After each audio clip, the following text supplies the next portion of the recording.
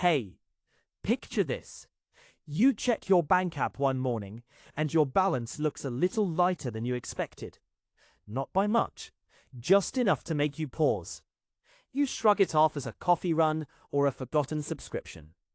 But what if I told you that every single day, quietly and legally, banks are siphoning money out of your account in ways most people never fully notice? Stick with me, because by the end of this, you'll see exactly how it's happening to you right now, and more importantly, how to stop it. Let's start with something that feels innocent. You deposit your paycheck into your checking account. The bank thanks you, and for a while, it sits there. Meanwhile, they're lending that same money out to someone else at a much higher rate. This is the classic net interest margin, the spread between what they pay you, often near zero on checking accounts, and what they charge borrowers on mortgages, car loans, or credit cards. It's their main business model, and it's been working for over a century. But here's where it starts to feel personal. While your money is working hard for them, they're charging you for the privilege of letting them hold it. I remember talking to a friend last year who thought he was being smart. He had a solid job, direct deposit, and kept what he figured was a healthy balance. Then one month, he got hit with a $15 monthly maintenance fee. "What the heck?" he said. "I have money in there." Turns out his bank had raised the minimum balance requirement, and he dipped below it for a couple of days. Boom. Fee. These maintenance fees average around $13 to $16 a month now for accounts that charge them. Over a year, that's nearly $200 gone for doing nothing. And that's before we even talk about the sneaky ones. Wait, it gets crazier. Let's talk about ATMs. You pull into a gas station, need quick cash, and hit the machine outside. Your bank might charge you $1.50 to $3, and the ATM owner tacks on another $3 or so. Combined, you're looking at almost $5 for one withdrawal. Do that twice a month, and you're out $120 a year. Banks know most people won't drive across town to their branch network. They count on convenience costing you. Here's a small win for you right now. Check your bank's app or website for in-network ATMs or fee reimbursements. Many online banks and credit unions will actually give you money back for out-of-network fees. Switching could save you hundreds without changing your daily habits. But the real silent killer? Overdraft fees. You've probably heard about them, but the numbers still shock people. Banks have collected billions in overdraft and non-sufficient funds fees, even after some recent declines. One big bank alone pulled in over $1 billion in a recent year. The average fee hovers around $30 to $35 per pop. Imagine this scenario. We've all been there. Your rent payment clears, then a couple small purchases hit. Lunch, gas, a streaming renewal. If the bank processes the biggest one first, suddenly you're negative on the little ones too. Multiple fees in one day. It's not always bad luck, it's how their systems are designed. And for some people, especially lower income folks, these fees stack up to hundreds of dollars a year. The wild part? The actual cost to the bank to cover that overdraft is tiny, often just a few bucks in processing. Yet they charge you 30 plus. It's pure profit on your mistake. Micro payoff time. Set up low balance alerts on your phone. Better yet, link a savings account for automatic transfers. Or choose a bank with no overdraft fees. Some big names have ditched them entirely or made them optional. That one change can save you from a spiral. Now, let's pivot to credit cards, because this is where banks get really creative. You carry a balance? They're loving it. Average interest rates sit well above 20% these days. Pay the minimum, and you're mostly just covering interest while the principal barely moves. Late by even a day, late fees kick in, around $40.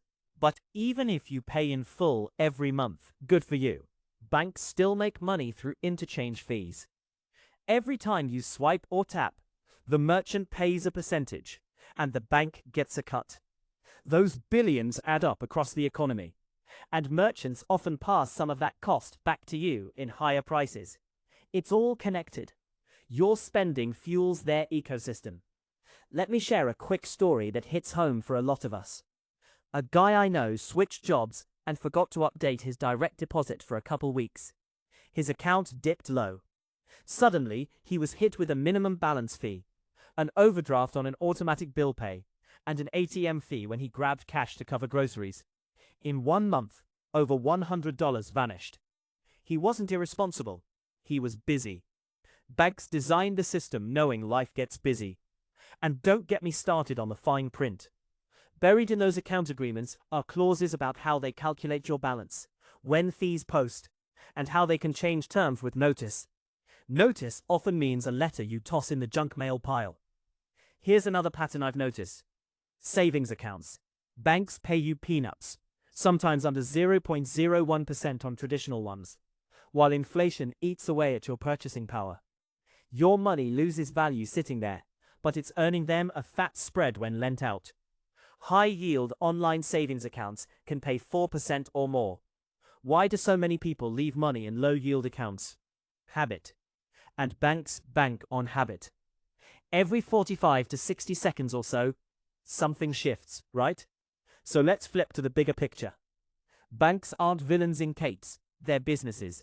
But when their profits rely on you not paying attention, it starts to feel like they're playing a game where they hold all the cards. Think about wire transfers, foreign transactions, even paper statements. Each one has a potential fee. $25 for a wire, 3% foreign fee on vacation purchases. It adds up faster than you think. Small win. Opt out of paper statements, use apps for transfers, and choose no foreign transaction fee cards for travel. These tweaks are free and compound. As we get deeper, you might be wondering, is there any way they're not winning? Well, regulation has pushed some changes.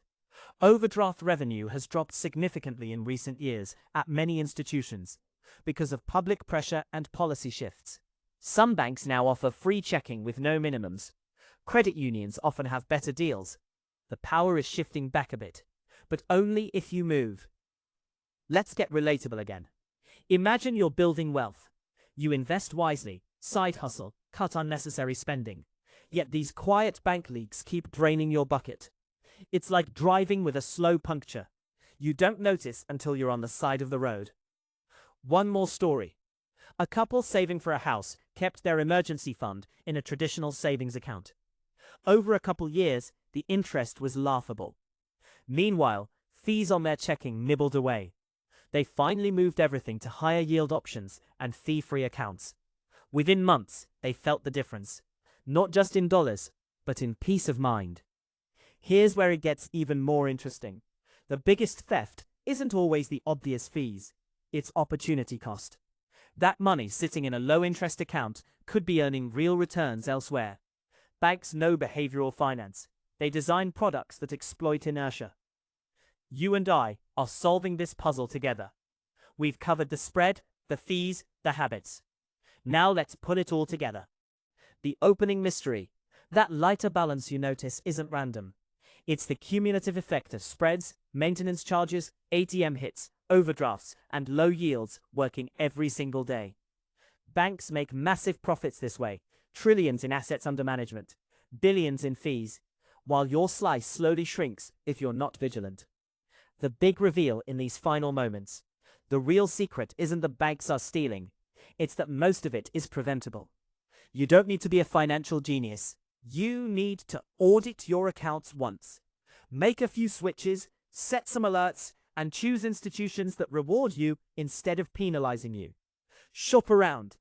Many online banks and credit unions offer no monthly fees, no minimum balances, high yields on savings, free ATMs, and no overdraft charges.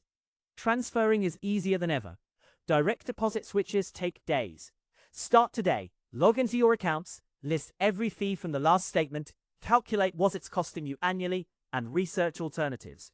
That small action creates momentum. You've stayed with me through the facts, the stories, the tips. Now you see the game clearly. Banks will keep doing what they do. But you can opt out of the quiet drain and keep more of your hard-earned money working for you. Thanks for watching. Drop a comment with the biggest fee surprise you found in your accounts. I'll read them all. Hit like if this opened your eyes, and subscribe for more ways to make your money fight back. See you in the next one.